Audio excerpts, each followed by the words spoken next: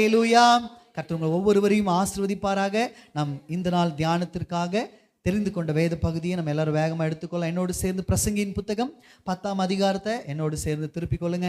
பிரசங்கியின் புத்தகம் 10ஆம் அதிகாரம் 1ஆம் வசனத்தை நாம் வாசி கேட்கலாம். பிரசங்கியின் புத்தகம் 10ஆம் அதிகாரம் 1ஆம்.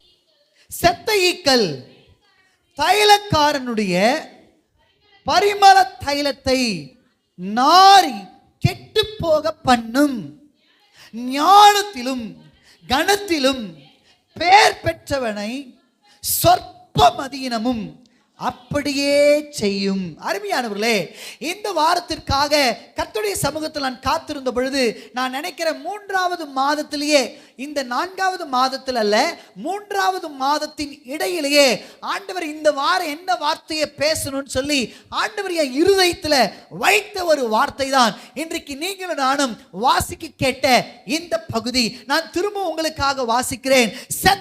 ஈக்கள் தைலக்காரனுடைய பரிமள தைலத்தை நாரி கெட்டு போக பண்ணும்.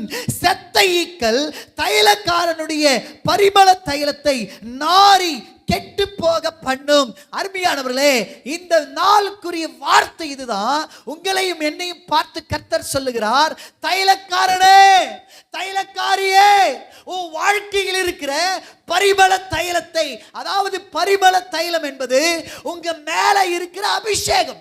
ஆமென். உங்க மேல இருக்கிற அழைப்பு, உங்களுக்காக கர்த்தர் கொடுத்திருக்கிறதான வாக்குத்தத்தங்கள், உங்க மேல இருக்கிற அற்புதமான வாசனை. ஆமென். அல்லேலூயா. இந்த காரியத்தை ஒரு காரியம் கெடுத்து போடுதான், நாரி போக பண்ணுதான். அது என்னன்னா செத்த ஈக்கள் அப்படின்னு சொல்லி இங்க பிரசங்கி எழுதுகிறத நீங்க பார்க்க முடியும். என கவனிங்க அருமையானவர்களே, ஒரு நாள் சின்ன பிள்ளையா சாலமோன் இருக்கும் பொழுது அவனை ராஜாவா கர்த்தர் அபிஷேகம் பண்ணுகிறார். அபிஷேகம் பண்ணும் பொழுது ஒரு நாள் அவன் 1000 சர்வாங்க தகன பலிகளை செலுத்தி தேவனுடைய சமூகத்துல படுத்து கொண்டிருக்கும் பொழுது ஆண்டவர் அவனுக்கு ஒரு தரிசனத்தை காண்பித்து தன்னை அவனுக்கு காண்பிக்கிறார். பாருங்க, காண்பித்து, சாலமோனே, சாலமோனே, உன்னுடைய பலிகள் எனக்கு பிரியமா இருந்தது, அதனால நீ வேண்டிக் கொள்வதை நான் உனக்கு செய்வேன், நீ என்ன வேணும்னு கேளு அப்படின்னும் பொழுது சாலமோன் கேட்கிற, ஆண்டவரே, எனக்கு திரளான ஆஸ்திகளை என் அப்பா அம்மா சேர்த்து வைத்திருக்கிறாங்க, எனக்கு வெள்ளிக்கு குறையில்ல, பொண்ணுக்கு குறையில்ல, எனக்கு எல்லாமே இருக்கு, ஆனா இந்த ஜனங்களை ஆளுகை செய்வதற்கு, இந்த ஜனங்களை நடத்துவதற்கு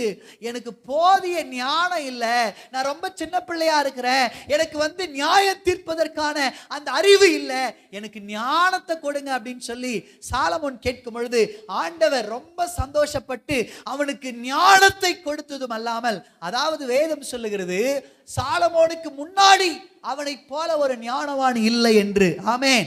சாலமோனுக்கு பிற்பாடு அவனை போல ஒரு ஞானவான் இல்லை என்று சொல்லப்படுகிறது. அந்த ஞானி எழுதுகிறான். அந்த ஞானியினால எழுதப்பட்ட புத்தகம் தான் இந்த பிரசங்கியின் புத்தகம். அருமையானவர்களே, அவன் மூலியமா பரிசுத்த ஆவியானவர் எழுதுகிற வார்த்தை இதுதான். செத்த ஈக்கள் தைலக்காரனுடைய பரிமள தைலத்தை கெட்டு நாரி போக பண்ணுகிறது அப்படின்னு அவன் எழுதுகிறான். ஆமென். அல்லேலூயா. இந்த தைலக்காரன் என்பது, அதாவது இது 3 பிரிவுகளாக பிரிக்கலாம். பாருங்க, தைலக்காரன் யார், தைலக்காரன் யார், தைலக்காரனுடைய கைகளிலே இருக்கிற அவங்கிட்ட இருக்கிற அந்த பரிமள தைலம் எதை குறிக்கிறது அப்படின்னு ஒரு 3 பகுதிகளாக நம்ம பிரித்து நம்ம இதை தியானிக்கலாம். கொஞ்சம் என்ன கவனமாக கவனிங்க. நான் சொன்ன முதலாவதாக இந்த தைலக்காரன் யாரை குறிக்கிறதுனா, முதலாவதாக அது நம்முடைய பர்சனல் லைஃபை குறிக்கிறது. ஆமென். அது உங்களையும் என்னையும் குறிக்கிறது. ஆமென். சத்தமா சொல்லுங்க. உங்க மேல, என் மேலே கர்த்தர் ஒரு அபிஷேகத்தை வைத்திருக்கிறார், ஒரு அழைப்பை வைத்திருக்கிறார். ஆமென்.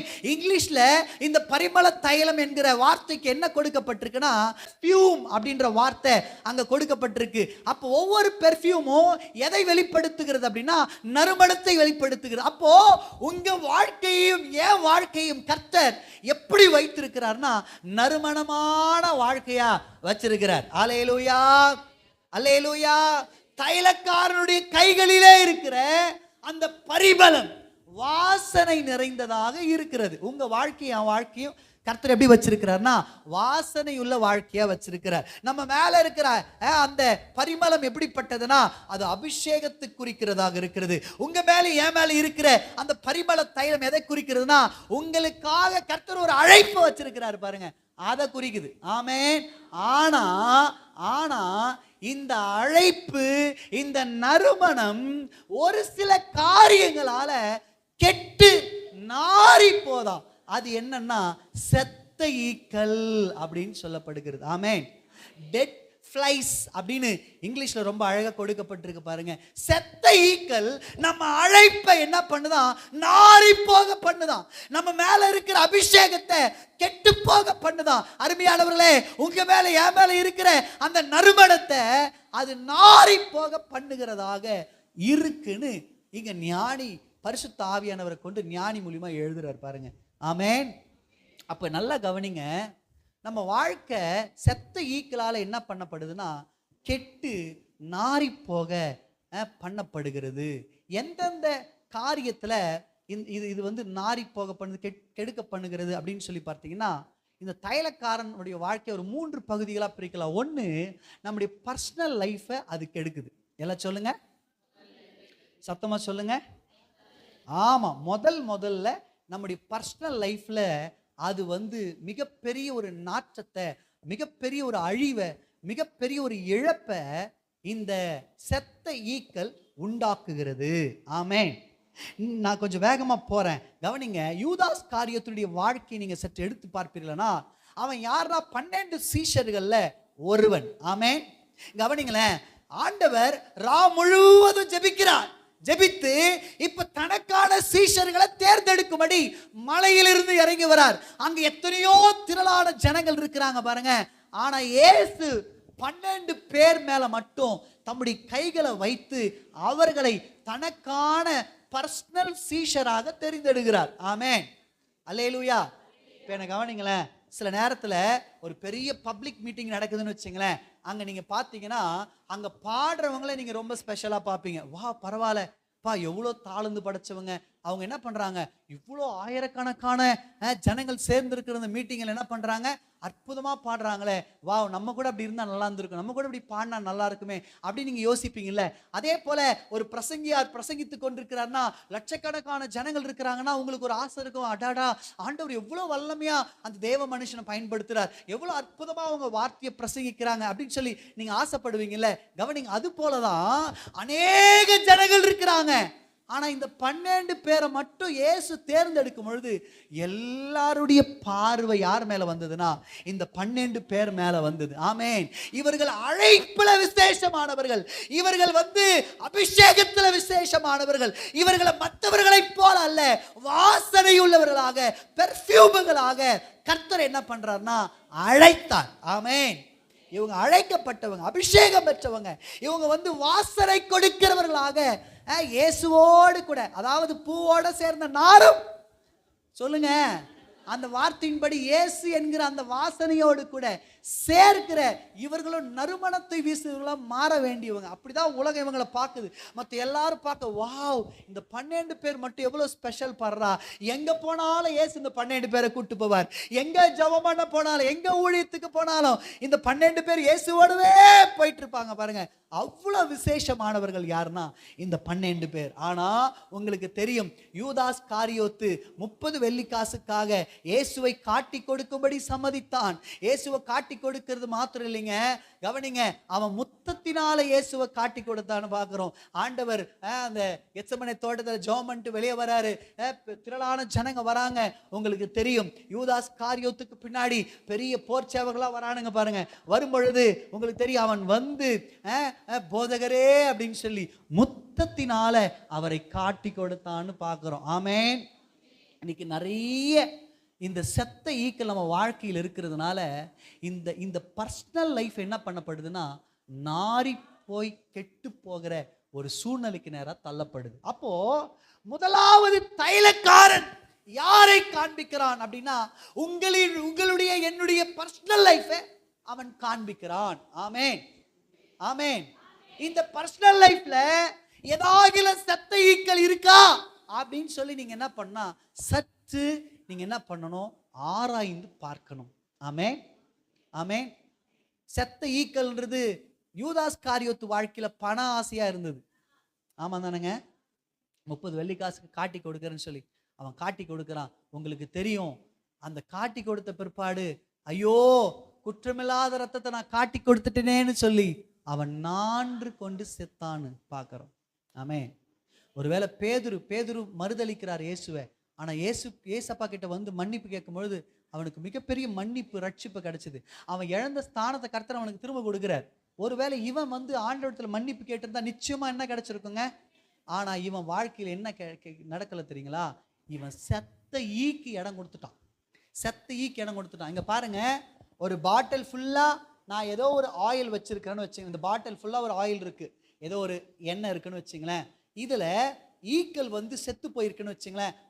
ஒரு கொஞ்சம் ஈக்கள் வந்து விழுந்து செத்து போயிருக்கு. பரவாயில்ல, அப்படியே இருக்கட்டுங்க, அப்படியே பூசிக்குப்பா அப்படின்னு சொல்லி தொட்டு டெய்லி பூசிட்டே இருந்தீங்கன்னா என்ன நடக்கும் தெரியுமா? ஒரு குறிப்பிட்ட நாள்ல இந்த எண்ணெய் நாறிடும், இந்த எண்ணெய் கெட்டு போயிடும். அது மட்டும் இல்ல, உங்க சருமத்திற்கு இந்த எண்ணெயின் மூலமா பாதிப்பை அது ஏற்படுத்திடும். அப்ப நல்லா ஒண்ணு புரிந்து கொள்ளுங்க, பர்சனல் லைஃப்ல இந்த செத்த ஈக்கள் இருக்கான்னு பார்க்கணும். ஆமென். பார்த்து நீங்க சரி செய்யும் பொழுது என்ன நடக்கும் தெரியுமா? உங்க வாழ்க்கை நறுமணமா மாறும். உங்க அபிஷேகத்தை நீங்க இழந்து போகாதவர்களா இருப்பீங்க. உங்களை எந்த அழைப்புக்காக கர்த்தர் அழைத்திருக்கிறாரோ அந்த அழைப்புல நீங்க எப்படி இருப்பீங்கன்னா நிலைத்திருக்கிறவங்களா இருப்பீங்க. ஆமென், அல்லேலூயா. ரெண்டாவது, இந்த தைலக்காரன் யாரை காண்பிக்கிறான்னா நம்முடைய ஃபேமிலியை காட்டுறான். குடும்பத்துக்குள்ள ஆசீர்வாதங்களை இழப்பதற்கு காரணம், குடும்பத்துக்குள்ள நஷ்டங்கள் வருவதற்கான காரணம், குடும்பத்துக்குள்ள பிரச்சனைகள் வருவதற்கான காரணம் என்னன்னா செத்த ஈக்கள். ஆமென், அல்லேலூயா. ராகேல் அப்படின்னு ஒரு மனுஷி இருந்தா. இது யாருன்னா யாக்கோபு ரொம்ப நேசிச்ச ஒரு பொண்ணு. ஆமென். யாக்கோபு இவளுக்காக தான் 7 வருஷம் அவங்க மாமா கிட்ட வேலை செய்யறாரு பாருங்க. ஆமென். 7 வருஷம் வேலை செஞ்ச உடனே உங்களுக்கு தெரியும், ராகேலுக்கு பதிலா லேயால கல்யாணம் பண்ணி கொடுத்துட்றான். நைட்ல ஒன்றும் தெரியல, பாவம் அவன். நைட் எல்லாம் முடிஞ்சு காலையில எழுந்த உடனே தான் தெரியுது, ஐயோயோ இது ராகேல் இல்லை லேயால். மாமா கிட்ட போய் சண்டை போடுறான். சண்டை போட்ட உடனே உங்களுக்கு தெரியும், அவங்க மாமா சொல்றாரு, அப்பா உன்னை போல ஒரு இழிச்சவாய மாப்பிள்ளை எனக்கு கிடைக்க மாட்டான், அதெல்லாம் இன்னொரு 7 வருஷம் வேலை செய்ய, உனக்கே அவளை கொடுத்துறேன். இன்னொரு 7 வருஷம் வேலை செய்யறான். வேதம் சொல்லுகிறது, அவ மேல வச்சிருந்த நேசத்தினால 7 வருஷம் எப்படி போச்சுனே தெரியலையா. ஆமென்.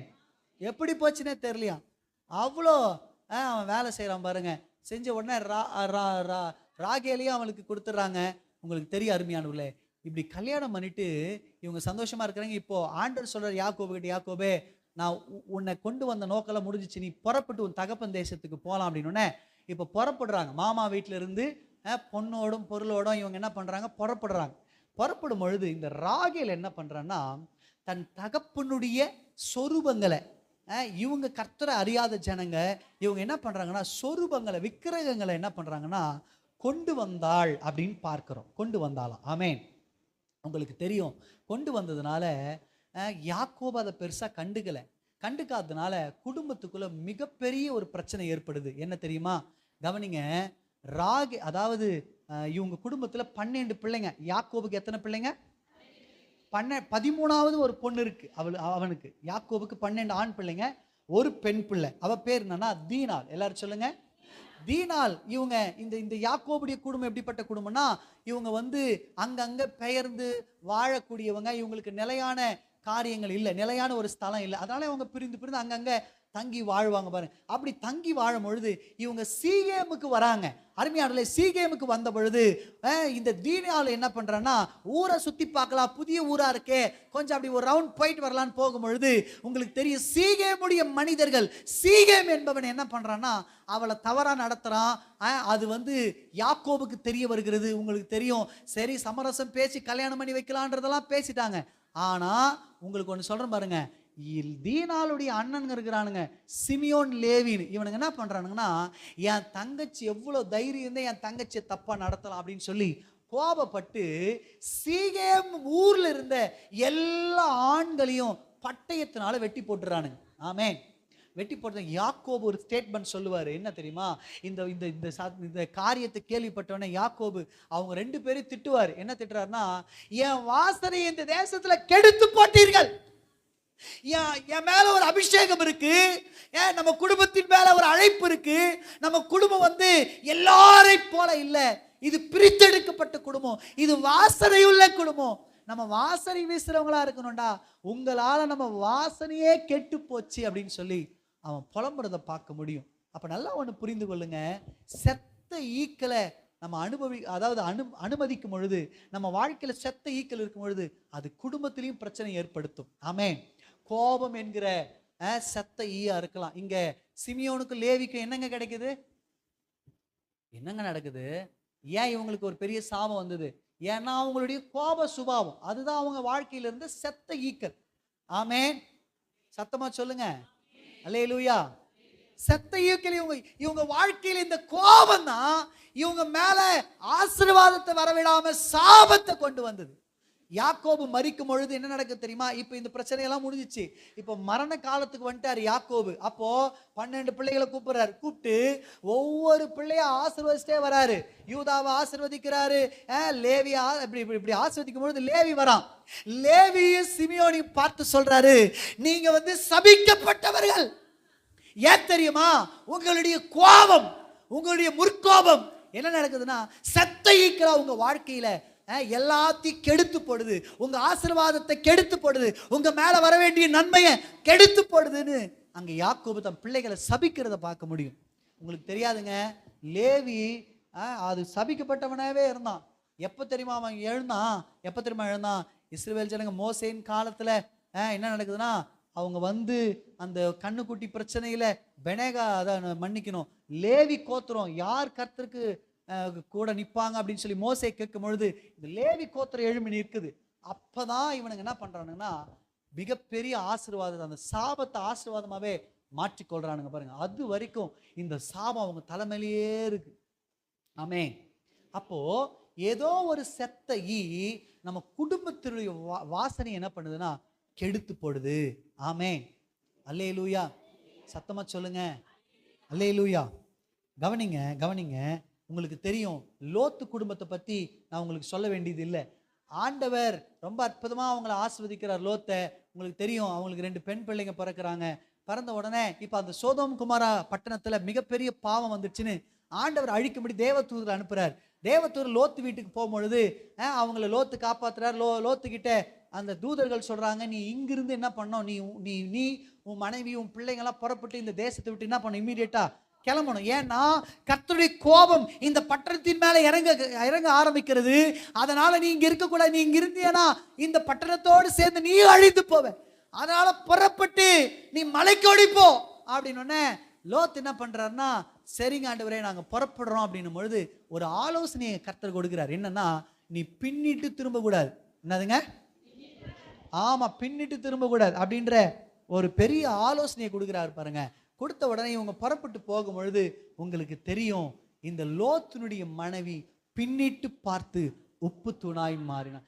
ஏன்னா அவளுக்கு என்ன தெரியுமா, ஐயோ இந்த சோதோம் குமாரால நம்ம கட்டின வீடு அப்படியே விட்டுட்டுமே, சம்பாதிச்சு வச்ச எல்லா பொண்ணு பொருளெல்லாம் விட்டுட்டுமே. அவளுக்கு என்னன்னா உலகத்தின் மேல இருதயம். சில நேரங்கள்ல உலகத்தின் மேல இருதயத்தை வைக்க கூடாது. உங்க எண்ணங்கள் எல்லாம் பணத்தின் மேல, பொருட்கள் மேல, ஆஸ்தியின் மேல, அந்த அதெல்லாம் கர்த்தர் கொடுப்பார் நமக்கு, இல்லை நான் சொல்லல. ஆமேன் ஆமேன். ஆனா நம்ம எண்ணெல்லாம் அங்கேயே இருந்துச்சுன்னா பண ஆசை எல்லா தீமைக்கு வேற இருக்குன்னு சொல்லுது பாருங்க. அந்த மாதிரி இவளுக்கு உலக பொருட்களின் மேல ஆசை, எண்ணம் சரியில்லை. அதனால உப்பு தூணாய் மாறி போனாலும் நம்ம பார்க்கிறோம். கவனிங்க, இவ கிட்ட இருந்த இந்த ஒரு பிரச்சனை, இவ வாழ்க்கையில இருந்த இந்த ஒரு பிரச்சனை என்ன நடக்குது தெரியுங்களா? உங்களுக்கு தெரியும், அவங்க அந்த 2 பிள்ளைங்க தன் தகப்பனோடு தவறாய் நடந்து கொண்டு, அருமையானுலே, மோவாப் அம்மோன் என்கிற மோசமான சபிக்கப்பட்ட சந்ததியா அவர்கள் மாறி போனார்கள். அதாவது லோத்தின் குடும்பத்தை கர்த்தர் வாசனை உள்ள குடும்பமா வச்சிருந்தார். ஆனா அது நாரி போவதற்கான காரணம் என்னன்னா, செத்த ஈக்கள் அவங்க வாழ்க்கையில் இருந்தது. ஆமென் அல்லேலூயா. அப்ப நம்ம குடும்பங்கள்ல நீங்க சோதிச்சு பார்க்கணும், அருமையானுள்ளே, ஏதாகிலும் செத்த ஈக்கள் இருக்கா அப்படின்னு சொல்லி. ஆமென் அல்லேலூயா. மூன்றாவதாக இந்த தைலக்காரன் யாரை காண்பிக்கிறான் அப்படின்னா அது சபையை காண்பிக்கிறது. ஆமென் சொல்லுங்க. உற்சாகமா இருக்கிறீங்களா? யாரை காட்டுறதுங்க?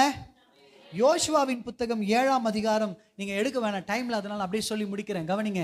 7ஆம் அதிகாரத்தை எடுத்து பார்த்தீங்கன்னா, இஸ்ரவேல் ஜனங்க மோசேக்கு அப்புறம் யோசுவாவின் தலைமையில இவங்க என்ன பண்றாங்க, அந்த லீடர்ஷிப்ல இப்ப கானான் தேசத்துக்கு புறப்பட்டு வராங்க. வரும்பொழுது எரிகோவை இடித்து தகர்த்தி அதை ஜெயிச்சிட்டாங்க. ஜெயிச்சுட்டு இப்ப எரிகோலாம் தாண்டி வராங்க. அடுத்து அவங்க போய் யுத்தம் பண்ணி ஜெயிக்க வேண்டிய பட்டணம் என்ன பட்டணம்னா ஆய் பட்டணம். எல்லாம் சொல்லுங்க. இப்ப யோசுவா சொல்றாரு, எப்பா நீங்க வேவுக்காரர்கள் அனுப்பி விடுங்க. ஆய் பட்டணம் எவ்வளவு பெரியது, அங்க யார் ராஜாவா இருக்கிறாங்க, அந்த ஜனங்கள் பலவான்களா அல்லது பலவீனமானவர்கள், எல்லாத்தையும் போய் வேவு பார்த்துட்டு வா அப்படின்னு சொல்லி யோசுவா ஆட்கள் அனுப்பி அவனுங்க போய் வேவு பார்த்துட்டு வரானுங்க. வந்து சொன்ன விஷயம் என்ன தெரியுமா? யோசுவா, நம்ம கிட்ட இருக்கிற மொத்த பேரும் போக வேண்டியதில்லை, லட்சக்கணக்கான பேர் போக வேண்டியதில்லை, ஒரு 2000 3000 பேர் போனா போதும். அது சின்ன பட்டணம் தான், ஒன்னும் இல்லை, அதை நம்ம ஜெயிச்சிடலாம். அங்க ராஜாக்கள் இல்லை, ஜனங்கள் எல்லாம் அவங்கவுங்க இஷ்டப்படி வாழறாங்க. அதனால கேட்பதற்கு, நம்மோடு யுத்தம் பண்ணுவதற்கு அங்க யாரும் இல்லை, நம்ம போய் ஜெயிச்சிடலாம் அப்படின்னு சொல்லி அங்க சொல்றாங்க பாருங்க. சொன்ன உடனே இந்த ஆலோசனையை கேட்டு அருமையான யோசுவா ஒரு 3000 பேர் அனுப்பிச்சு விடுறாரு பாருங்க. அனுப்பி விட்டா அந்த சின்ன பட்டணத்துல, கவனிங்க, இது வரைக்கும் பெரிய பெரிய பட்டணத்தை அவர்கள் ஜெயித்து விட்டார்கள், இது வரைக்கும் பெரிய பெரிய ராஜாக்களை ஜெயித்து விட்டார்கள், இது வரைக்கும் பெரிய பெரிய மனிதர்களை பார்த்து விட்டார்கள், எல்லாத்திலையும் ஜெயம், எல்லாத்திலையும் ஜெயம், வெற்றி. ஆனா இந்த சின்ன பட்டணத்துல போய் மோதும் பொழுது மிகப்பெரிய அடி விழுது. கிட்டத்தட்ட 36 பேர் அவங்க யுத்த டீம்ல செத்து போறானுங்க. யோசுவா அன்னைக்கு மார்ல அடிச்சு ட்ரெஸ் எல்லாம் கிழிச்சு அழுவுற ஆண்டவர் சமூகத்தில், ஆண்டவரே இந்த சின்ன பட்டணத்துக்கிட்ட எங்களை விட்டு குத்துட்டீங்களே, இந்த சின்ன பட்டணத்தை நாங்க தோத்துட்டுமே அப்படின்னு ஆண்டவர் சொல்றாரு, ஏண்டா நான் உங்ககிட்ட சொன்னது என்ன, செத்த ஈக்கள் உனக்குள்ள வரக்கூடாதுன்னு சொன்னேன் இல்லையா, சாபமான காரியங்கள் உனக்குள்ள இருக்கக்கூடாதுன்னு சொன்னேன் இல்லையா, உன்னால சபைக்குள்ள எவ்வளவு பெரிய பிரச்சனைன்றார். உடனே இவன் பயன்டான் பாருங்க, ஆண்டவரே அப்படின்னு சொல்லி ஷீட்டு போடுறான் பாருங்க. ஷீட்டு போட்டா யூதா கோத்திரத்து மேல விழுது. யூதா கோத்திரத்தில் இருக்கிற ஆட்கள் மேல எல்லாம் போட்டா அங்க ஒரு குடும்பத்தின் மேல விழுது. அந்த குடும்பத்தில் இருக்கிற பேரெல்லாம் எழுதி போட்டா ஆகான் என்கிற ஒரு மனிதன் மேல அந்த ஷீட்டு விழுது பாருங்க. யோசுவா நைஸா அவனை கூப்பிடுறாரு. கூப்பிட்டு ஆகான் பாப்பாங்க, என்ன நடந்தது, என்ன பிரச்சனை, ஏன் அப்படின்னு அவன் சொல்றான், உண்மையை ஒத்துக்கிறான். ஆமாங்க, நீங்க சொன்னீங்க எரிகோவை ஜெயிச்சுட்டு வரும்பொழுது, எரிகோ ஒரு சபிக்கப்பட்ட பூமி. என்ன சொல்லுங்க? இந்த சபிக்கப்பட்ட பூமியில நீ ஒரு சின்ன பொருள் கூட எடுக்க கூடாது. இதை ஜெயிச்சோமா நம்ம கடந்து வரணும், இதுல இருக்கிற ஒண்ணுத்தையும் நீங்க எடுக்காதீங்க, கொள்ளையடிக்காதீங்கன்னு அவர் சொல்றாரு பாருங்க. சொன்ன உடனே இவன் என்ன பண்ணிட்டான்னா, எல்லா ஜனங்களும் ஒழுங்கா வருது, இவன் மட்டும் பாபிலோன் சால்வைய, அதுக்கப்புறம் பார்த்தீங்கன்னா ஒரு வெள்ளி பாத்திரத்தெல்லாம் இவன் திருடி இவனுடைய கூடாரத்தினுடைய அந்த மண்ணுல புதைச்சி வச்சிருக்கிறான் பாருங்க. இந்த சாபத்தீடு, இந்த செத்தை சபைக்குள்ள மிகப்பெரிய ஒரு அடியை வாங்கி கொடுக்குது பாருங்க. ஆமென், ஆமென். இங்க கவனிங்க, கவனிங்க. இப்ப இவனை கூப்பிட்டு கேட்ட உடனே இவன் சொல்லிடுறான், ஆமாங்க நான் இப்படி பண்ணது உண்மை அப்படின்னு. போய் ஆளை அனுப்புறாங்க, உண்மையா இல்லையான்னு செக் பண்ணுறதுக்கு ஆளை அனுப்பான். உண்மையிலேயே அவன் கூடாரத்துல அவன் திருடி வைத்திருந்த அந்த காரியங்கள் இருந்தது. உடனே ஆண்டுகிட்ட விசாரிக்கிறாங்க, அவனை கல்லெறிந்து கொல்லணும்னு தேவனுடைய கட்டளை புறப்படுகிறது. உங்களுக்கு தெரியும் அவன் அழிந்து போனான் என்று. ஆமென். கவனிங்க, கவனிங்க. அவன் மட்டும்தாங்க தப்பு பண்ணான். ஆனா சபைக்குள்ள இருக்கிறவங்க அடி வாங்கினதுக்கான காரணம் என்ன? சபைக்குள்ள சாபமானது வந்துடுச்சு, சபைக்குள்ள செத்த ஈக்கள் வந்துடுச்சு. அப்ப சபை சுத்திகரிக்கப்படணும்னு கர்த்தர் விரும்புறார். ஆமென். நம்ம என்ன பாவம் பண்ணிட்டு வேணாலும் இங்க வந்துடலாம், எல்லாம் வந்தாக்கா ஆண்டவர் மன்னிச்சு மன்னிச்சு நம்மளை விட்டுருவாரு. அந்த இடம் இல்லை இது. உங்களால நீங்க பண்ற ஒரு ஆளு பண்ற தப்புனால முழு சபை பாதிக்கப்படுது. யாரோ ஒரு மனுஷனுக்குள்ள இருக்கிற செத்த ஈ சபைக்குள்ள இருக்கிற ஊழியக்காரன் அடி வாங்குறான், சபைக்குள்ள இருக்கிற விசுவாசிகளுக்கு அது பாதிப்பாக மாறுது. ஆமே. அப்ப சபை சோதிச்சு பார்க்கணும், செத்த ஈக்கள் எதனா இருக்கான்னு. ஆமே. பர்சனல் லைஃப்லயும் அடி இருக்கு, பர்சனல் லைஃபும் மாறி போகுது, ஃபேமிலிக்குள்ள பிரச்சனை ஏற்படுது, சபைக்குள்ள பிரச்சனை ஏற்படுது. எதனாலனா இந்த செத்த ஈக்களால. ஆமேன். பிரதர், செத்த ஈன்றீங்களே அப்படின்னா என்ன? நிறைய அர்த்தங்களை பைபிள் இருக்கு. ஆனா இன்னைக்கு டைம்ல அதனால ஒன்னே ஒன்றை மட்டும் நான் சொல்லி உங்களுக்காக ஜெபிக்க விரும்புகிறேன். செத்த ஈனா என்ன, அது எதற்கு அடையாளமா நம்ம படுத்தலாம்? கவனிங்க அருமையானவர்களே, கவனிங்க. அது எதற்கு அடையாளப்படுத்தலாம்னா பாவத்துக்கு அடையாளப்படுத்தலாம். ஆமென், ஆமென். ஆதாம் கிட்ட ஆண்டவர் சொல்றாரு, நீ இந்த கனியை புசிக்காத, புசிக்கும் நாளில் சாகவே. அப்போ மரணம், சாவு எதை காட்டுகிறதுனா அது பாவம், அதாவது பாவத்துக்கான முடிவை அது காட்டுகிறது. ஆமென். அப்போ ஒரு மனுஷனுக்குள்ள பாவம் வரும் பொழுது அவன் தனிப்பட்ட வாழ்க்கை பாதிக்கப்படுகிறது. ஒரு ஃபேமிலிக்குள்ள யாரோ ஒருவருக்குள்ள வருகிற பாவம் அந்த முழு குடும்பமும் என்ன பண்ணப்படுதுன்னா, லோத்தின் குடும்பம் பாதிக்கப்பட்டது போல, அருமையானவர்களே, யாக்கோபின் குடும்பம் அவமானப்பட்டது போல, அந்த வாசனையை கெடுத்து போட்டது போல அங்க நம்ம குடும்பத்துக்குள்ள பாதிப்புகள் அது ஏற்படுத்துகிறது. சபைக்குள்ள யாரோ ஒரு ஆகான் உட்கார்ந்து அநியாயம் செய்யறதுனால, பாவம் செய்யறதுனால, அக்கிரமம் செய்யறதுனால, செத்த ஈக்களை அவனுக்குள்ள வைத்திருக்கிறதுனால சபைக்குள்ள என்ன பண்ணப்படுதுன்னா தேவனுடைய கோபம் ஏற்படுது. இன்னைக்கு ஆண்டவர் சொல்றாரு, இது பாவத்துக்கு அடையாளம். நமக்குள்ள பாவம் இல்லாதபடி நம்ம பார்த்து கொள்ளணும். ஆமென், அல்லேலூயா. உங்களுக்கு தெரியும் பாஸ்டர், பாவம்னா என்னங்க பாஸ்டர்? பாவம்னா விபச்சாரம் செய்கிறது, வேசிதனம் செய்கிறது, பொய் பேசுறது, திருடுறது. இப்போ நான் சொன்னேன் இல்லையா, யூதாஸ் காரியோத்து பண ஆசை, அது அவன் வாழ்க்கையில் சக்தியாக இருந்துச்சு. லேவி சிமியோன் வாழ்க்கையில் கோபம் என்கிற சத்தை இருந்துச்சு. இதெல்லாமே என்னதுங்க? பாவம் தான். ஆமாம் தானேங்க? அதே போல் நீங்கள் சபைக்குள்ள ஆகான் அவங்ககிட்ட இருந்த அந்த திருடு, அந்த இச்சை, அதெல்லாமே என்னதுங்க? செத்த ஈதான். அதெல்லாமே பாவம் தான். ஆமாம் தானேங்க? அது மாதிரி வேதாகமத்தில் பாவம்னா என்ன அப்படின்ற காரியத்தை நிறைய சொல்லப்பட்டிருக்கு. நான் கொஞ்சம் சீக்கிரமாக உங்களோடு கூட சில காரியங்களை வேகமாக பகிர்ந்து கொள்கிறேன். முதலாவது காரியம், எது பாவம், எது பாவம், எது செத்த ஈ? என்னோடு சேர்ந்து யாத்ராகமத்தின் புத்தகம் 32ஆம் அதிகாரம் 31ஆம் வசனத்தை எடுத்து வாசிங்க பார்க்கலாம். சீக்கிரமா எடுத்துக்கொள்ளுங்க. அப்படியே மோசே கர்த்தரிடத்திற்கு திரும்பி போய், ஐயோ, இந்த ஜனங்கள் பொன்னினால் தங்களுக்கு தெய்வங்களை உண்டாக்கி மகா பெரிய பாவம் செய்கிறார்கள் அப்படின்னு சொல்லி சொல்றார். என்ன கவனிங்க, முதலாவது பாவம் எது? செத்த ஈ. உங்க பர்சனல் வாழ்க்கையில, உங்க குடும்பத்துக்குள்ள, சபைக்குள்ள இருக்கக்கூடாத பாவம் என்ன? முதலாவது பாவம் விக்கிரக ஆராதனை. எல்லாரும் சொல்லுங்க, சத்தமா சொல்லுங்க.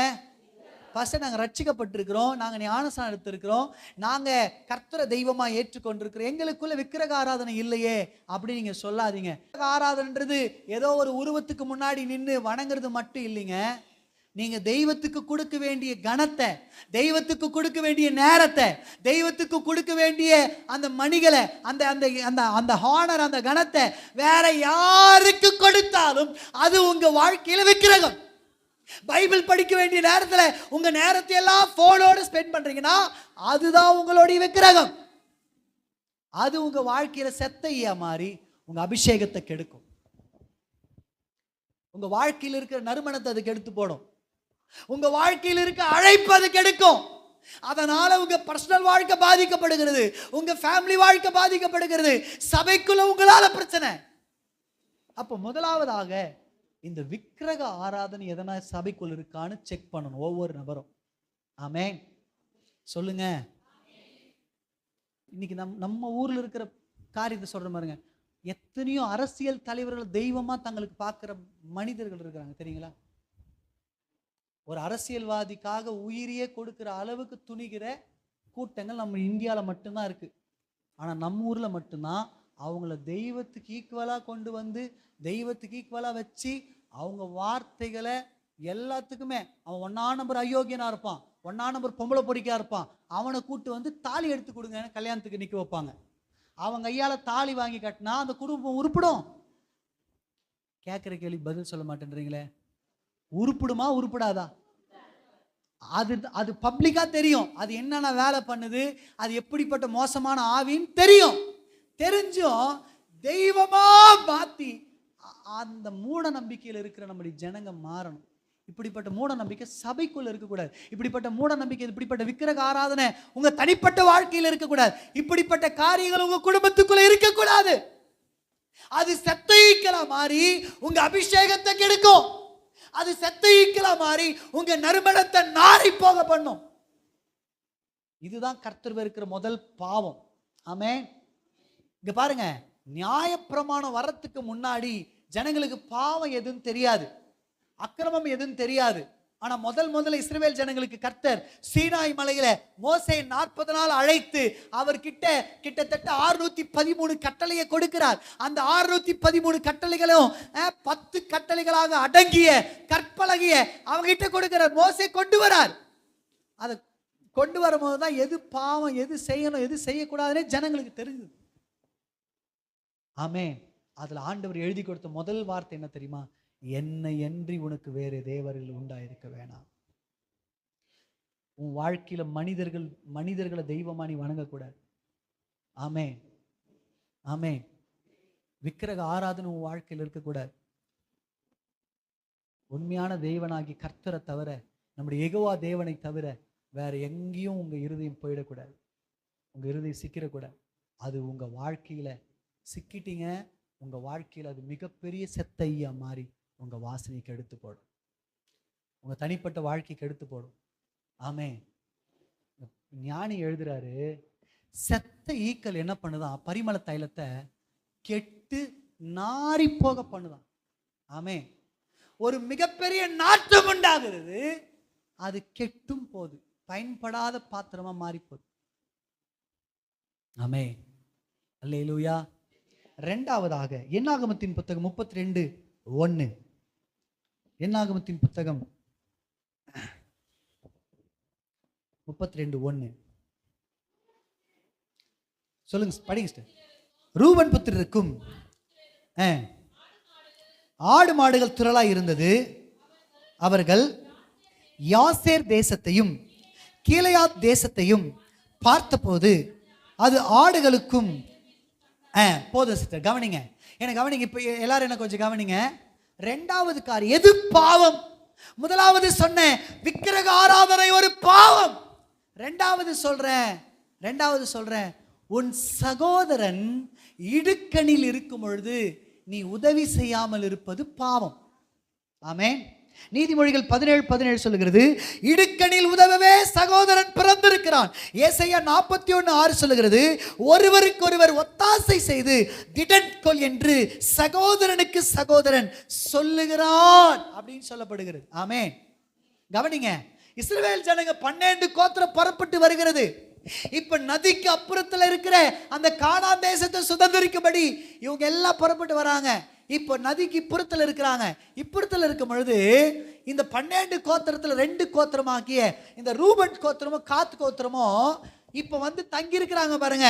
அந்த இடத்துக்கு பேர் யாசேர் தேசத்தையும் கீலேயாத் தேசத்தையும் சொல்லப்படுது. இந்த 2 தேசத்தையும் பார்க்கும் பொழுது இவங்க 2 கோத்திரத்துக்கு ஏத்தது மாதிரி தருது. அதனால இவனுங்க என்ன சொல்றானுங்கன்னா, ஐயா மோசே கிட்ட போய் ஒரு ரிக்வெஸ்ட் வைக்கிறானுங்க. ஐயா, எங்களுக்கு நிறைய ஆடு மாடுகள் இருக்குன்னு உங்களுக்கு தெரியும். அதனால நாங்கள் அவ்வளோ தூரம் கானான் தேசத்து வரைக்கும் நாங்கள் வரல, எங்களுக்கு இந்த தேசத்துலேயே நாங்கள் இருக்கிறோம். ஏன்னா எங்ககிட்ட நிறைய கறவல் மாடுகள் இருக்குது, வேகமாக நடத்த முடியாது. நிறைய கறவல் மாடுகள் இருக்குது, ஆடுகள் இருக்குது, அதையெல்லாம் எங்களால் வேகமாக நடத்த முடியாது. அதனால் எங்களுக்கு இங்கேயே குடியிருக்கும்படியான பெர்மிஷன் கொடுங்கன்னும் பொழுது மோசே சொல்கிறாரு, ஐயா தம்பி, இப்போ நம்ம கானான் தேசத்தில் போய் ஆண்டவர் சொன்ன மாதிரி கானானியர்களோடு யுத்தம் பண்ணி அதை நம்ம சுதந்திரிக்கணும். நீ 2 கோத்திரத்தார் நீ வரலனா நாளைக்கு அவனுங்க எதிரிகள் நம்மளை அழிச்சா அது உன் வாழ்க்கையில பாவமா இருக்கும். அந்த பாவத்தை செய்யாத.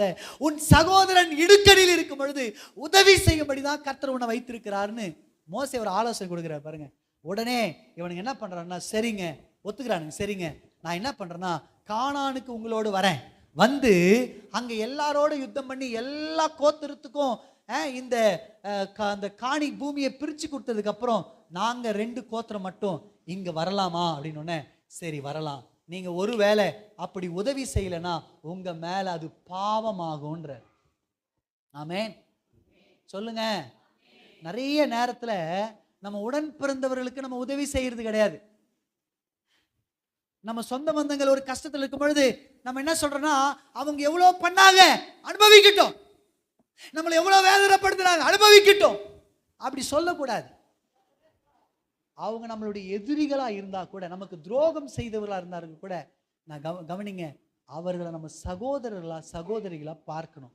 அவங்க இடுக்கண்ணில் இருக்கும் பொழுது உதவி செய்யும்படிதான் உங்களை அவங்க பக்கத்துல கர்த்தர் வச்சிருக்கிறார். ஆமென். ஒருவேளை உங்களால கொடுக்க முடியாம இருக்கலாம், உங்களால அவங்கள தாங்க முடியாம இருக்கலாம், ஆனா உங்களால ஜெபிக்க முடியும்ல.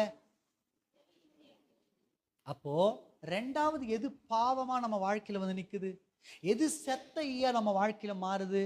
சகோதரர்கள் சகோதரிகள், நம்ம உடன் பிறந்தவங்க. நிறைய பேர் பண்ற தப்பு என்ன தெரியுங்களா? அங்க பாருங்க, நான் பார்த்துருக்கிறேன். அவங்க வீட்டில் பெரியவங்களா பிறந்திருப்பாங்க. உடனே அவங்க என்ன சொல்லுவாங்கன்னா, நான் தான் சம்பாதிச்சு இதெல்லாம் பண்ணேன், அதனால இந்த சொத்தெல்லாம் எனக்கு தான் வரணும். அப்போ அடுத்து இருக்கிற தம்பி, அடுத்து இருக்கிற தங்கச்சி, அவங்கெல்லாம் என்ன, அவங்க எப்படி போனாலும் பரவாயில்ல, அவங்களுக்கு வேணா நான் வந்து செட்டில்மெண்ட் பண்றேன். கேள்விப்பட்டிருக்கிறீங்களா? அந்த மாதிரி இருக்கக்கூடாது சபை. அதுதான் உங்க வாழ்க்கையில சாபமா மாறும். ஆமென். அல்லேலூயா. நீங்க உங்க சகோதரர்களை நீங்க எப்படி பார்க்கணும்னா, சமமா பார்க்க கத்துக்கணும். உங்க உடன் பிறந்தவர்களை, உங்க கூட பிறந்தவங்களை சமமா பார்க்க கத்துக்கொள்ளணும். அல்லேலூயா. சத்தமா சொல்லுங்க. அவங்க ஒரு பிரச்சனையில் இருக்கும் பொழுது நீங்க போய் அவங்களுக்காக உதவி செய்யணும். உங்ககிட்ட இல்லாத சூழ்நிலையில கூட நீங்க அவங்களுக்கு கொடுத்து உதவி செய்யணும். இதுதான் தேவன் விரும்புகிறார். அப்படி இல்லையா அது உங்க வாழ்க்கையில பாவமா மாறுமா? மூணாவது எது பாவம்? 23ஆம் அதிகாரம் உபாகமம் 21-22 வசனம். நீ உன் தேவனாகிய கர்த்தருக்கு பொருத்தனை பண்ணி இருந்தால் அதை செலுத்த தாமதம் செய்யாதே. உன் தேவனாகிய கர்த்தர் அதை நிச்சயமாக உன் கையில் கேட்பார், அது உனக்கு பாவமாகும். நீ பொருத்தனை பண்ணாதிருந்தால் உன்மேல் பாவம் இல்லை. ஆமென். ஆமென். பொருத்தனை பண்ணி அதை செய்யாம போனீங்கன்னா அது பாவம். ஆமென். அது உங்க வாழ்க்கையில செத்தையா மாறும். உங்க வாழ்க்கையில இருக்கிற அபிஷேகத்தை கெடுக்கும். உங்க வாழ்க்கையில வர வேண்டிய ஆசீர்வாதத்தை கெடுத்து போடும். உங்க வாழ்க்கையில வர வேண்டிய நன்மையை அது கெடுக்கும். என்னது? பொருத்தனை. ஆமென். நீங்க உடனே சொல்லலாம், பாஸ்டர் நாங்க உசார் பாஸ்டர், நாங்க அதனால தான் எந்த பொருத்தனையும் பண்றது இல்லை அப்படின்னு சொல்றீங்களா? இல்ல இல்ல, நீங்க ஒரு பொருத்தனை பண்ணி இருக்கிறீங்க.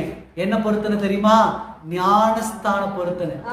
ஞானஸ்தானம் எடுக்கும் பொழுது இந்த தேவனுக்கு நான் உண்மையா இருப்பேன்னு பொருத்தனை பண்ணீங்களா இல்லையா? உங்களை ஒருவேளை ஊழித்து கூப்பிட்டா வருவீங்களான்னு கேட்டா சொன்னீங்களா வருவேன்னு? எங்க வாழ்விலும் தாழ்விலும் இந்த இயேசுவை நான் விட்டு கொடுக்க மாட்டேன்னு பொருத்தனை பண்ணீங்கல்ல? பண்ணலையா? ஆனா உங்களுக்கு ஒரு சிச்சுவேஷன் மாறும் பொழுது, உங்க வாழ்க்கையில ஒரு தேவை ஏற்படும் பொழுது, இந்த இயேசுவை மறுதலிக்கிற அளவுக்கு உங்க வாழ்க்கை மாறுறதுக்கான காரணம் என்ன?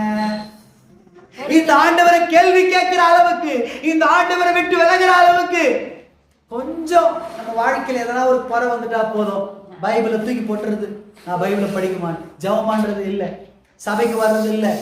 பார்த்துருக்கிறீங்களா சிஸ்டர், பிரதர்? இதெல்லாம் பாவம். என்னதுங்க?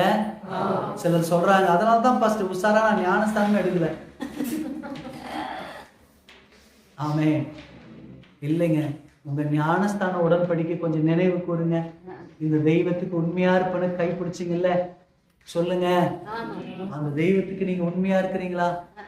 நான் ஒழுங்கா ஜெபம் பண்ணுவேன், ஒழுங்கா வேதத்தை வாசிப்பேன், நான் முடிஞ்ச அளவுக்கு நான் பரிசுத்தத்துல நிலைத்திருப்பேன் அப்படின்னு நீங்க ஒரு உடன்படிக்கை பண்ணீங்கல்ல, இந்த தெய்வத்தை விட்டுட்டு நான் வேற எங்கேயும் போக மாட்டேன்னு ஒரு உடன்படிக்கை பண்ணீங்கல்ல, அந்த பொருத்தனையில நீங்க மாறக்கூடாது. பொருத்தனை பண்ணி மீறும் பொழுது அது பாவமாகும். இது மட்டும் இல்ல, ஒருவேளை நீங்க வியாதியில் இருக்கும் பொழுது, போராட்டத்தில் இருக்கும் பொழுது, ஏசப்பா எனக்கு இதை நல்லா ஆக்கிட்டீங்கன்னா நான் இதை செய்யறேன்னு சொல்லிட்டு அதை செய்யாம போறதும் பாவம். அதனால யோசிச்சு பாருங்க, உங்க வாழ்க்கையில எதனா பொருத்தனை பண்ணிருக்கிறீங்களா? பொருத்தனை பண்ணிருக்கிறீங்களா அப்படி யோசிச்சு பாருங்க.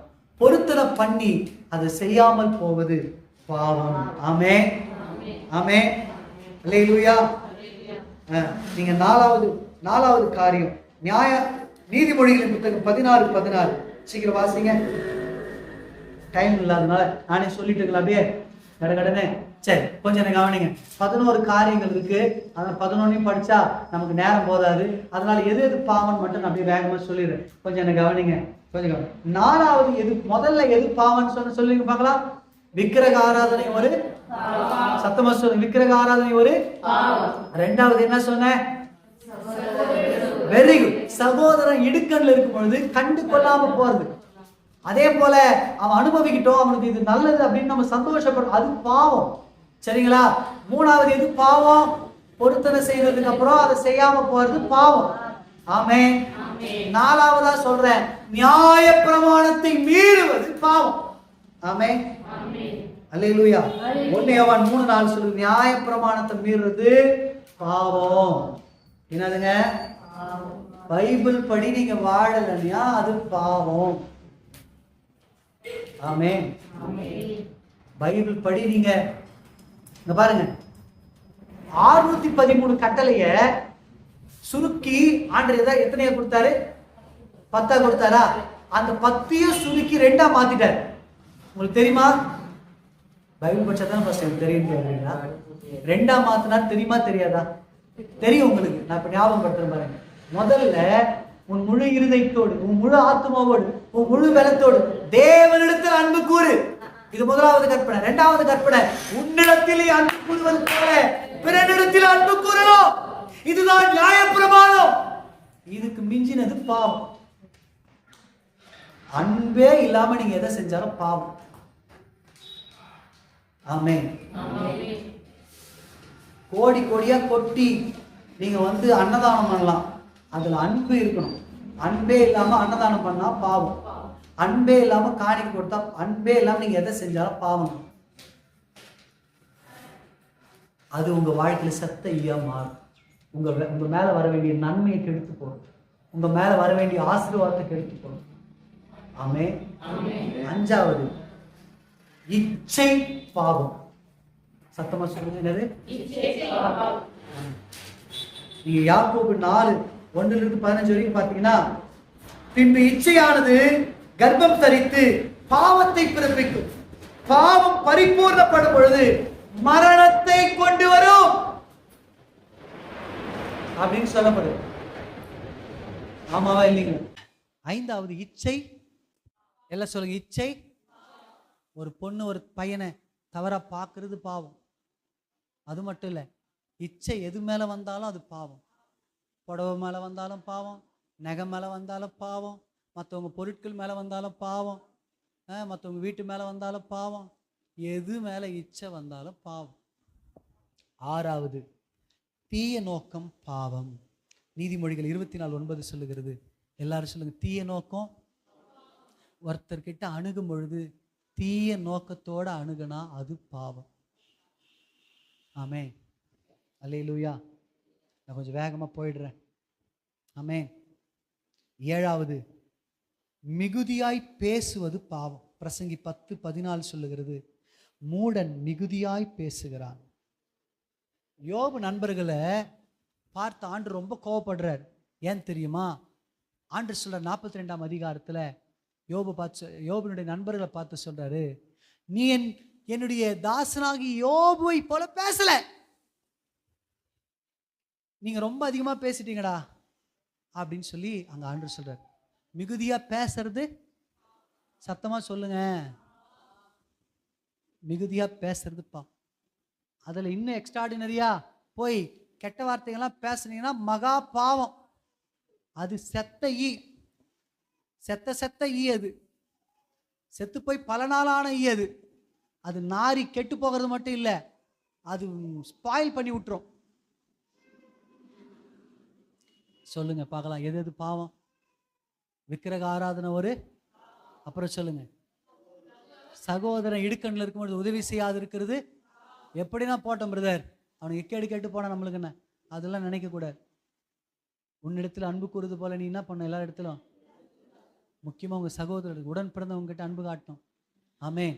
மூணாவது என்ன சொல்லுங்க பார்க்கலாம், பொருத்தனை பண்ணி நிறைவேற்றாது இருப்பது இதை விட்டுறேன் பிரதர், இயேசுவுக்காக இதை நான் செய்கிறேன் பிரதர், இயேசுவுக்காக இதை தூக்கி போடுறேன் பிரதர், இயேசுக்கு இது மாதிரி பொருத்தனை பண்ணியிருப்பீங்க. யோசிச்சு பாருங்க, அதெல்லாம் நீங்கள் செஞ்சுருக்கிறீங்களான்னு. 4வது நான் சொன்னேன், எது பாவம்? யோபு சொல்றான், என் கண்ணோடு உடன்படிக்கை பண்ணின நான் ஒரு கன்னிகையின் மீது நினைப்பாயிருப்பது எப்படி? இச்சை பாவம். 6வது தீய நோக்கம். சிந்தனைகள், நம்ம சிந்தனைகள் எல்லாம் நம்ம சோதிச்சு பார்க்கணும். நான் என்ன சொல்றேன்னா, இதெல்லாம் நமக்கு வராதுன்னு நான் சொல்லலை, இதெல்லாம் வரும், தீய நோக்கம் வரும், இச்சைகள் வரும். ஆனா உடனே தேவ சமூகத்தில் போய், ஆண்டவரே எனக்கு இப்படிப்பட்ட எண்ணங்கள் வருது, எனக்கு உதவி செய்யுங்க, அப்படி நீங்க போராடி ஜெயித்து நீங்க ஜெயமுள்ள வாழ்க்கையை வாழணும். 7வது நான் சொல்றேன், மிகுதியாய் பேசுவது பாவம். வேதம் சொல்லுகிறது, கடைசி நாட்கள்ல நீங்க பேசின ஒவ்வொரு வார்த்தைக்கும் நியாய தீர்ப்பு இருக்கு. நீங்க பேசின ஒவ்வொரு வார்த்தைக்கும் நீங்க பதில் சொல்லி ஆகணும். மிகுதியா பேசுறது பாவம். ஊழியக்காரனை பத்தி தப்பா பேசுறது அதை விட பாவம். நீங்க யாரும் பேசுறது இல்லை, பொதுவா சொல்றேன், கொஞ்சம் முன்னெச்சரிக்கையா சொல்லி வைக்கிறது நல்லது. நான் சொல்றது புரியுதுங்களா? மிகுதியா பேசுறது, இங்க பாருங்க, தேவன் வானத்தில் இருக்கிறார், நீங்க பூமியில் இருக்கு, அதனால உங்க வார்த்தைகள் சுருக்கமா இருக்க கடவுதுன்னு பைபிள் சொல்லுது. சுருக்கமா இருக்கணும். ஆமே. யோபின் நண்பர்கள் மேல தேவனுக்கு கோபம் வந்ததுக்கான காரணம் அதிகமா பேசுறது. ஆமா தானுங்க. அப்புறம் யோபு போய் மன்னிப்பு கேட்டு ஜெபம் பண்ணதுக்கு அப்புறம் தான் அவங்க ஃப்ரெண்ட்ஸை கர்த்தர் என்ன பண்றாருங்க, மன்னிக்கிறாரு. ஆமா தானுங்க. 8வது நீதிமொழிகள் 3:27 சொல்லுகிறது, நன்மை செய்யும்படி உனக்கு திராணி இருக்கும் பொழுது அதை செய்யத்தக்கவர்களுக்கு செய்யாமல் இராதே, அது பாவம். உனக்கு ஒருவருக்கு நன்மை செய்ய திராணி இருக்கும் பொழுது அதை செய்யாதபடி தடை பண்ணாத. நல்லது, நீங்க கெட்டது செய்யாம இருக்கிறீங்க, நல்லதுதான், நான் இல்லைன்னு சொல்ல பாஸ்டர். நான் யாருக்கு எந்த தீமை நினைக்கிறது இல்லை பாஸ்டர், நாங்க யாருக்கு எந்த கெட்டது நினைக்கிறது இல்லை பாஸ்டர், நல்லது. ஆனா உங்களால நன்மையே நடக்கல. நீங்க கெட்டது செய்யாம இருக்கிறீங்க, நல்லது, ஆனா நன்மையே செய்ய மாட்டேன்றீங்க. ஆண்டவருக்கு சொல்றாரு, உங்களுக்கு திராணி இருக்கும் பொழுது நன்மை செய்யத்தக்கவர்களுக்கு நன்மை செய்யுங்க. பாஸ்டர் உங்களுக்கு என்ன தெரியும் பாஸ்டர், அவங்க எங்களை எவ்வளவு வேதனைப்படுத்துறாங்க தெரியுமா, அவங்க எங்களை எவ்வளவு காயப்படுத்தி பேசுறாங்க தெரியுமா. நான் என்ன சொல்றேன்னா, உங்களுக்கு கர்த்தர் ஒரு வாய்ப்பை கொடுத்திருக்கிறார். என்ன வாய்ப்பு தெரியுமா? அவங்களுக்கு உதவி செய்யும்படி. அவங்க உங்களை என்ன ஏளனம்னா பேசட்டும், உங்களை எவ்வளோ கஷ்டம் வேணா படுத்தட்டும், அவங்களுக்கு செய்ய வேண்டியதை செய்யுங்க. முக்கியமாக நான் சொல்கிறேன், மருமகள்மார்கள் மாமியாருக்கு உங்கள் கடமைகளை கட்டாயம் நீங்கள் செய்தே ஆகணும். அவங்க உங்களை எவ்வளோ கஷ்டம் வேணாலும் படுத்தலாம். பாஸ்டர் எங்கள் மாமியார் அவங்க பொண்ணு ஒரு மாதிரி பார்க்குறாங்க, என்ன ஒரு மாதிரி பார்க்குறாங்க பாஸ்டர், பரவாயில்லைங்க, ஆனால் நன்மை செய்யத்தக்க உங்களுக்கு திராணி இருக்கும்போது செஞ்சிருங்க. அவங்க உயிரோடு இருக்கும்பொழுதே நீங்க செய்ய வேண்டிய நன்மைகளை செய்யுங்க. ஆமே. உங்க பெற்றோர் உயிரோடு இருக்கும்பொழுது அவங்களுக்கு செய்ய வேண்டிய கடமைகளை பிள்ளைங்க கட்டாயம் செய்யணும். அவங்க வயது செல்லும் பொழுது அவங்கள தள்ளாதீங்க. உங்களுக்கு நன்மை செய்யறதுக்கு திராணி இருக்குல்ல, அவங்கள காப்பாத்துறதுக்கான சக்தி இருக்குல்ல, உங்களுக்கு அது செய்யத்தக்க திராணி இருக்கு, அதை செய்யாம இருக்காதீங்க, அது பாவம்.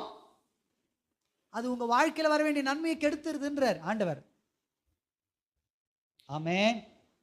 9வது 1 கொரிந்தியர் 9:16 சொல்லுகிறது, சுவிசேஷத்தை நான் பிரசங்கித்து வந்தும் மேன்மை பாராட்டி எனக்கு இடமில்லை, அது என்மேல் விழுந்த கடமையா இருக்கிறது. சுவிசேஷத்தை நான் பிரசங்கியாதிருந்தால் எனக்கு ஐயோ. சத்தமா சொல்லுங்க, சுவிசேஷத்தை நான் பிரசங்கியாதிருந்தா எனக்கு சாபம் வரும், செத்த ஈயா மாறும். எது தெரியுமா? நீங்க மட்டும் நன்மையை பெற்றுக்கொண்டு, நீங்க மட்டும் வியாதியில சுகம் பெற்றுக்கொண்டு, நீங்க மட்டும் விடுதலையை பெற்றுக்கொண்டு, நீங்க மட்டும் பரலோக நிச்சயத்தை பெற்றுக்கொண்டு, நீங்க மட்டும் ரட்சிப்பை பெற்றுக்கொண்டு, நீங்க மட்டும் ஆசீர்வாதத்தை பெற்றுக்கொண்டு, நீங்க மட்டும் எல்லாத்தையும் பெற்றுக்கொண்டு இந்த இயேசுவை மற்றவங்களுக்கு காண்பிக்காம, இந்த இயேசுவை மற்றவங்களுக்கு அறிவிக்காம, இந்த நற்செய்தியை மற்றவங்களுக்கு சொல்லாம, இந்த சுவிசேஷத்தை பகிர்ந்து கொள்ளாம இருப்பது பாவம். நீங்க யோசிச்சு பாருங்க, இந்த வருஷத்துல நம்ம கிட்டத்தட்ட 4 மாசம் முடிக்க போறோம், 5வது மாசத்துக்குள்ள போறோம். எத்தனை பேருக்கு நீங்க இயேசுவை பத்தி சொல்லி இருக்கிறீங்க? நீங்க ரட்சிக்கப்பட்டு எத்தனை வருஷம் ஆகுது? நீங்க எத்தனை ஆசீர்வாதங்களை பெற்றிருக்கிறீங்க? வேலை இல்லாதவர்களுக்கு வேலையை கர்த்தர் கொடுத்திருக்கிறார். உங்களுக்கு ரட்சிப்பின் சுவிசேஷத்தை கொடுத்திருக்கிறார். வியாதியிலிருந்து சுகத்தை கொடுத்திருக்கிறார்.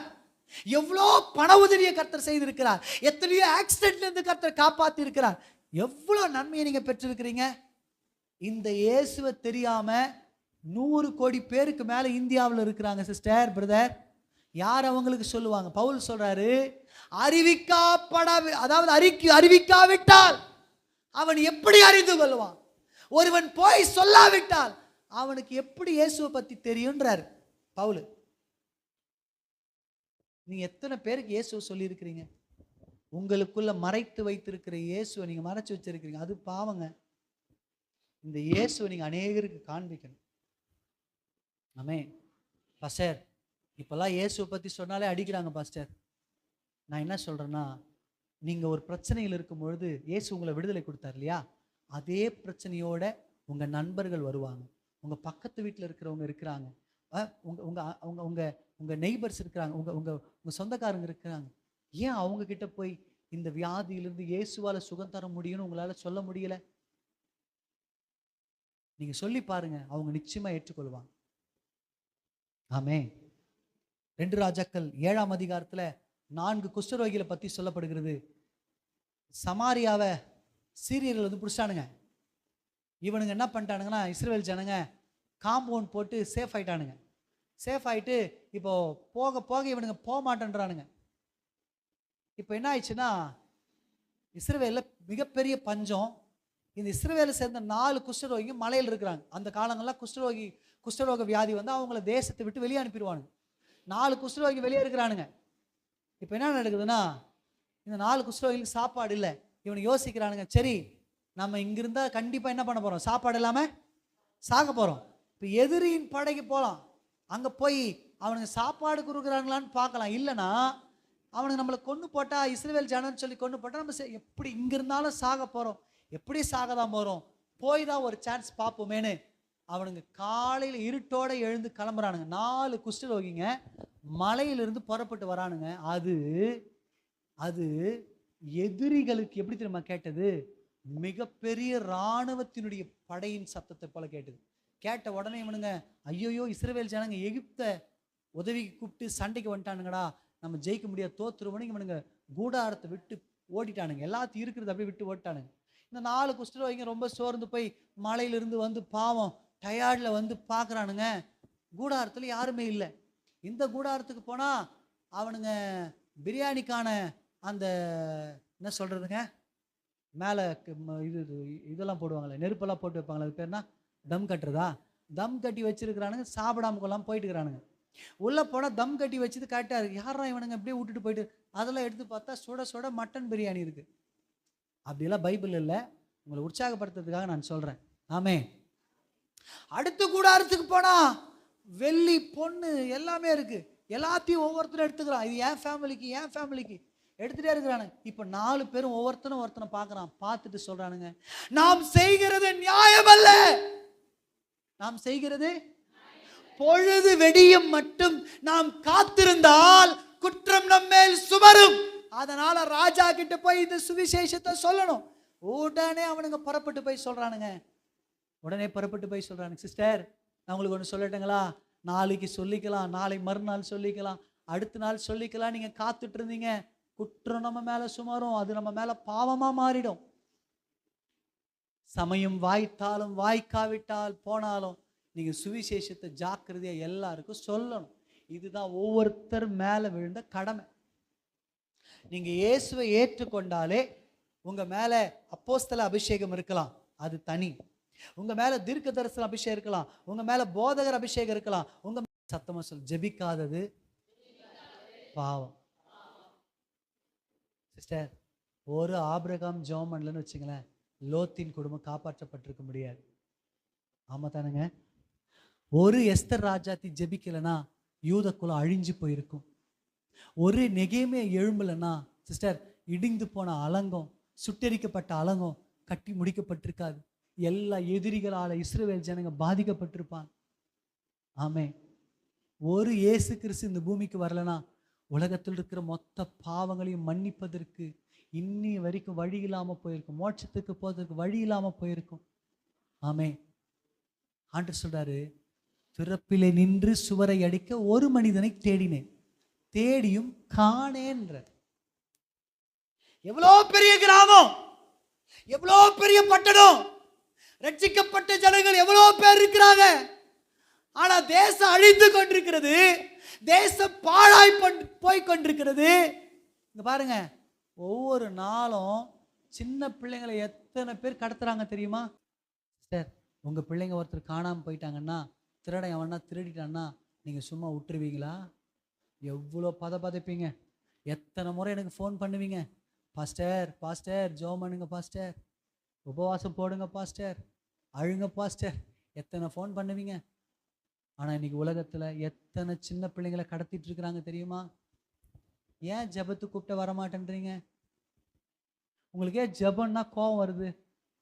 ஜெபிக்காதது பாவம். நீங்கள் யாருக்குன்னா தேசத்துக்காக, அழிந்து கொண்டிருக்கிற தேசத்துக்காக, அழிந்து கொண்டிருக்கிற மக்களுக்காக, பாவத்து பின்னாடி போய் கொண்டிருக்கிற வாலிபர்களுக்காக, ரட்சிக்கப்படாத ஜனங்களுக்காக ஜெபிக்கலைன்னா பாவம். 11 காரியத்தை சொன்னேன், ஞாபகம் இருக்குங்களா? எல்லாம் சொல்லிடலாமா?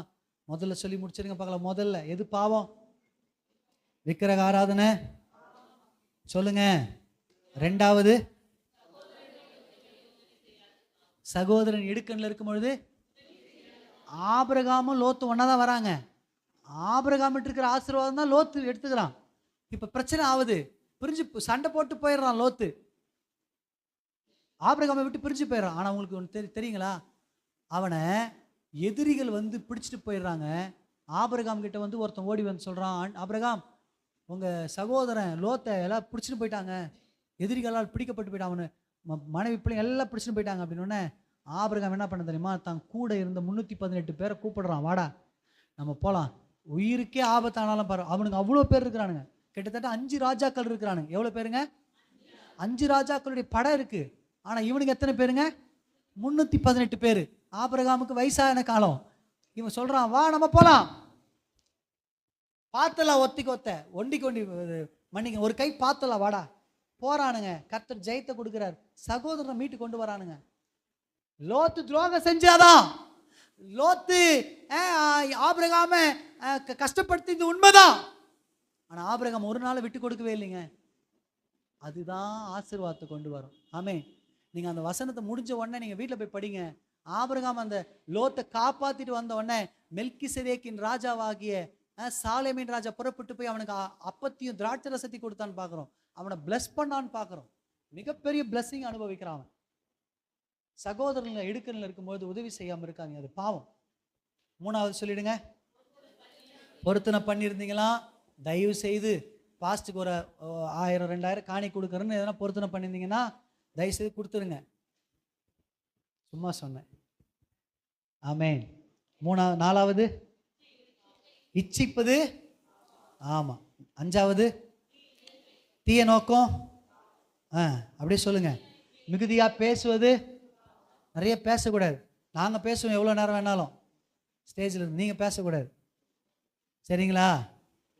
8வது சொல்லுங்க, நன்மை செய்ய திராணி இருக்கும் பொழுது செய்யாமல் இருக்கிறது. நீங்க யாரையோ பார்க்குறீங்க, முடியாமல் இருக்கிறாங்க, கஷ்டத்தில் இருக்கிறாங்க, உங்ககிட்ட இருக்கு, தயவுசெய்து கொடுத்து உதவி செய்யுங்க. பஸ் ஸ்டாண்டு போறீங்க, எத்தனையோ ஏழைங்க எத்தனையோ கையேந்தி நிற்பாங்க, அட்லீஸ்ட் ஒரு டீ காய்ச்சி காசு கொடுங்க.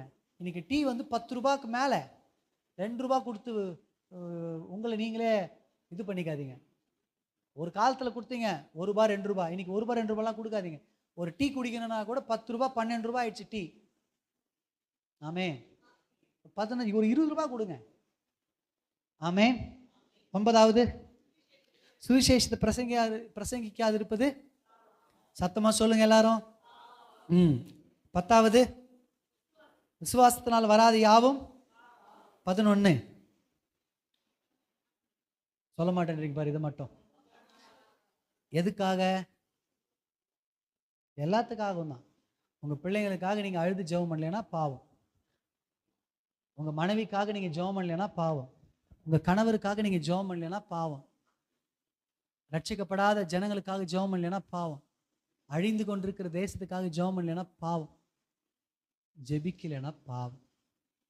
இது மட்டும் இல்லை, உங்கள் பர்சனல் வாழ்க்கையில் ஜெபமே சிலருக்கு இருக்காது பாருங்க, அது பாவம். ஆமே. இயேசு 100% ஆண்டவர். ஆனால் அந்த பூமிக்கு வந்தப்போ அவர் ஜெபம் பண்ணார்னு சொல்லி பார்க்க, இருட்டோட அதிகாலையில் எழுந்து ஜெபம் பண்ணார், முழுவதும் ஜெபம் பண்ணார், ஈவினிங்கில் ஜெபம் பண்ணார், அவருக்கு நேரம் கிடைக்கும் போதெல்லாம் ஜெபம் பண்ணார்னு பார்க்குறோம். தானியேல் பத்திரத்துக்கு கையெழுத்து வைக்கப்பட்டது என்று அறிந்தும் தான் முன்பு செய்து வந்தபடியே 3 வேளையும் ஜெபம் பண்ணினான் என்று பார்க்கிறோம். ஜெபிக்கலையானா பாவம். கண்களை மூடலாமா? ஜெபம் பண்ணிடலாங்களா?